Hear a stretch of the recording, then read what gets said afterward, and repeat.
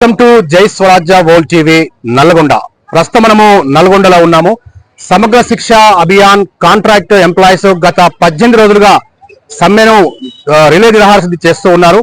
వీళ్లను విద్యాశాఖలో విలీనం చేయాలని, తక్షణమే ప్రభుత్వం వీరిని రెగ్యులరైజ్ చేయాలని చెప్పేసి రిలే నిరాహార దీక్షలో పాల్గొంటూ తమ నిరసనను వ్యక్తం చేస్తూ ఉన్నారు.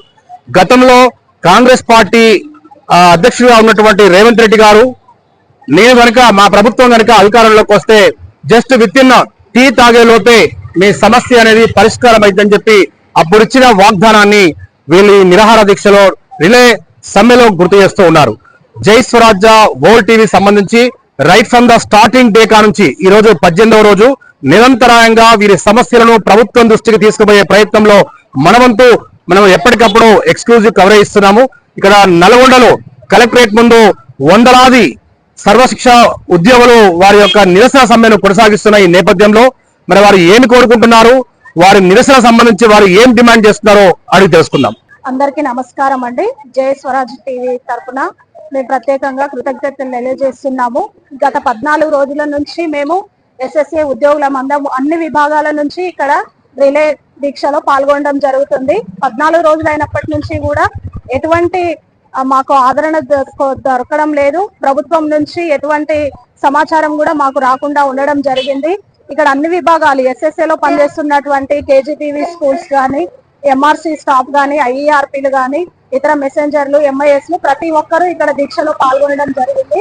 ముఖ్యంగా ఇక్కడ కేజీటీవీలను తీసుకున్నట్లయితే మండలంలో డ్రాప్ అవుట్స్ సంఖ్య తగ్గించడం కోసం మేము ఎంతో కృషి చేస్తున్నాము. ఇప్పటికీ పిల్లలు ఎవరు కూడా డ్రాప్ అవుట్స్ లేకోకుండా ప్రతి మండలంలో అందరికీ కూడా 100% వరకు అక్షరాస్యత మా స్కూల్ తరఫున అందించడం జరుగుతుంది. ఇక్కడ విద్యార్థులకు మేము నిరంతరం కూడా ఎంతో కృషి చేస్తూ, నైట్ డ్యూటీస్ చేస్తూ, ఎటువంటి హాలిడేస్ లేకోకుండా మేము వాళ్ళ వెంట ఉంటూ వారికి విద్యాబుద్ధులు నేర్పిస్తూ ఇన్ని సంవత్సరాల నుంచి, గత 19 సంవత్సరాల నుంచి మా యొక్క కృషిని, మా యొక్క శ్రమని మేము అక్కడ పెడుతూ ఉన్నప్పటికీ కూడా మమ్మల్ని ప్రభుత్వం ఏ విధంగా గుర్తించకోకుండా మా శ్రమని దోచుకుంటూ తక్కువ జీతాలతోటి మమ్మల్ని ఇక్కడ ఉంచడం జరిగింది. కాబట్టి మేము మా యొక్క ఎస్ఎస్ఏ ఉద్యోగులందరినీ కూడా విద్యాశాఖలో పనిచేస్తున్నాం కాబట్టి మమ్మల్ని విద్యాశాఖలో విలీనం చేయాలి, అందరినీ కూడా రెగ్యులరైజ్ చేయాలి. రెగ్యులరైజ్ చేసి మా యొక్క జీవన ప్రమాణాలు పెంచాలి అని ఈ చాలని జీతాలతోటి మేము మా కుటుంబానికి, మా పిల్లలకు మేము సరైనటువంటి ప్రమాణాలు అందించలేకపోతున్నాము ఈ పెరిగిన ధరల కారణంగా. కాబట్టి మా యొక్క జీతాలను పెంచుతూ మమ్మల్ని రెగ్యులరైజ్ చేసి మా యొక్క జీవన ప్రమాణాలు పెంచి మేము కూడా సొసైటీలో గర్వంగా ప్రతి ఒక్కరికి కూడా మేము పలానా ఉద్యోగులము, మేము ప్రభుత్వ శాఖలో పనిచేస్తున్నటువంటి రెగ్యులర్ ఉద్యోగులము అని మేము కూడా గర్వంగా అందరితో చెప్పుకోవాలి అనే ఉద్దేశంతో ఇక్కడ మేమందరము చేరడం జరిగింది. కాబట్టి ఇకనైనా దయచేసి ప్రతి ఒక్క పాలకులు మారుతున్నారు, సంవత్సరాలు దాటుతున్నాయి. గత 19 సంవత్సరాల నుంచి మేము పనిచేస్తూ ఎంతో ఆశగా ఎదురు చూస్తున్నాం కానీ ఏ ప్రభుత్వం వచ్చినా గానీ మేము నిరాదరణకే గురవుతున్నాము. ఎవరు కూడా మమ్మల్ని పట్టించుకోవడం లేదు. కాబట్టి ఇకనైనా ఈ ప్రభుత్వం అయినా మమ్మల్ని గుర్తించి మా యొక్క బాధలన్నింటినీ తీర్చేసి మమ్మల్ని రెగ్యులర్ చేసి విద్యాశాఖలో మమ్మల్ని విలీనం చేసి మా యొక్క జీవన ప్రమాణాలన్నీ కూడా పెంచాలని మేము ఇక్కడ కోరుకోవడం జరుగుతుంది. జై స్వరాజ్య టీవీ వారు మేము సమ్మె మొదలు పెట్టిన నాటి నుంచి మాకెంతో సపోర్ట్ గా ఉన్నారు. మా ఈ ఉద్యమాన్ని ముందుకు తీసుకుపోవడంలో వాళ్ళు ప్రత్యేకమైనటువంటి పాత్ర నిర్వర్తిస్తూ ఉన్నారు. మేము 2005 నుంచి ఈ సమగ్ర శిక్షలో పనిచేస్తున్నటువంటి ఉద్యోగులము. దాదాపు మేము 19 సంవత్సరాలుగా ఈ యొక్క ఉద్యోగాన్ని నమ్ముకొని మేము జీవిస్తా ఉన్నాము. యొక్క కోరిక ప్రధానమైన డిమాండ్ ఏమిటి అనంటే విద్యాశాఖలో మమ్మల్ని విలీనం చేయాలి. ఈ విద్యాశాఖలో విలీనం చేస్తూ మా ప్రధానమైన సాధనతోటే మేము ఇక్కడ నిరవధిక సమ్మెకు దిగడం జరిగింది. ఈ నిరవధిక సమ్మెలో భాగంగా ఇది 14వ రోజు. 14వ రోజు అవుతున్నప్పటికీ ప్రభుత్వం నుంచి ఇప్పటి వరకు ఎటువంటి స్పందన రాలేదు.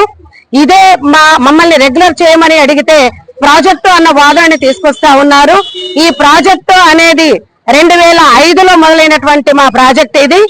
మా తర్వాతనే 2013లో మోడల్ స్కూల్ ప్రాజెక్ట్ ని కూడా తీసుకురావడం జరిగింది. ఈ మోడల్ స్కూల్ వాళ్ళని కేంద్ర ప్రభుత్వం మేము ఇవ్వలేము నిధులు అన్న క్రమంలో స్టేట్ గవర్నమెంట్ ఏ విధంగానైతే తనలో విలీనం చేసుకొని వారికి ప్రత్యేకమైనటువంటి సదుపాయాలను ఏర్పాట్లు చేసి వాళ్ళని రెగ్యులర్ ఉద్యోగులుగా గుర్తించిందో మమ్మల్ని కూడా అదే విధంగా, అదే తరహాలో, అదే జీవో ప్రకారంగా మమ్మల్ని అందరినీ కూడా విద్యాశాఖలో విలీనం చేసి మమ్మల్ని కూడా రెగ్యులర్ ఉద్యోగులుగా గుర్తించాలనేది మా ప్రధానమైనటువంటి డిమాండ్.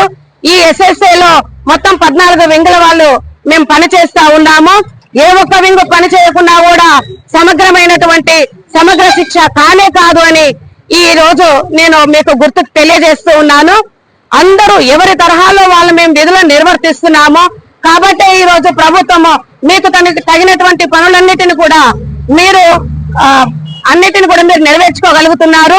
మా యొక్క సేవలు మీకు ఇప్పుడు అవసరం లేదా అని మేము అడుగుతున్నాము.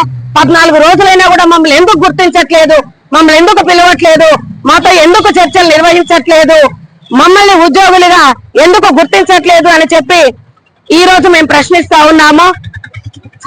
ఇకనైనా ఆ యొక్క డిమాండ్ను మీరు గుర్తించి మమ్మల్ని విద్యాశాఖలో వెంటనే విలీనం చేసి మమ్మల్ని రెగ్యులర్ ఉద్యోగులను చేయాలని నమస్కరిస్తున్నాను.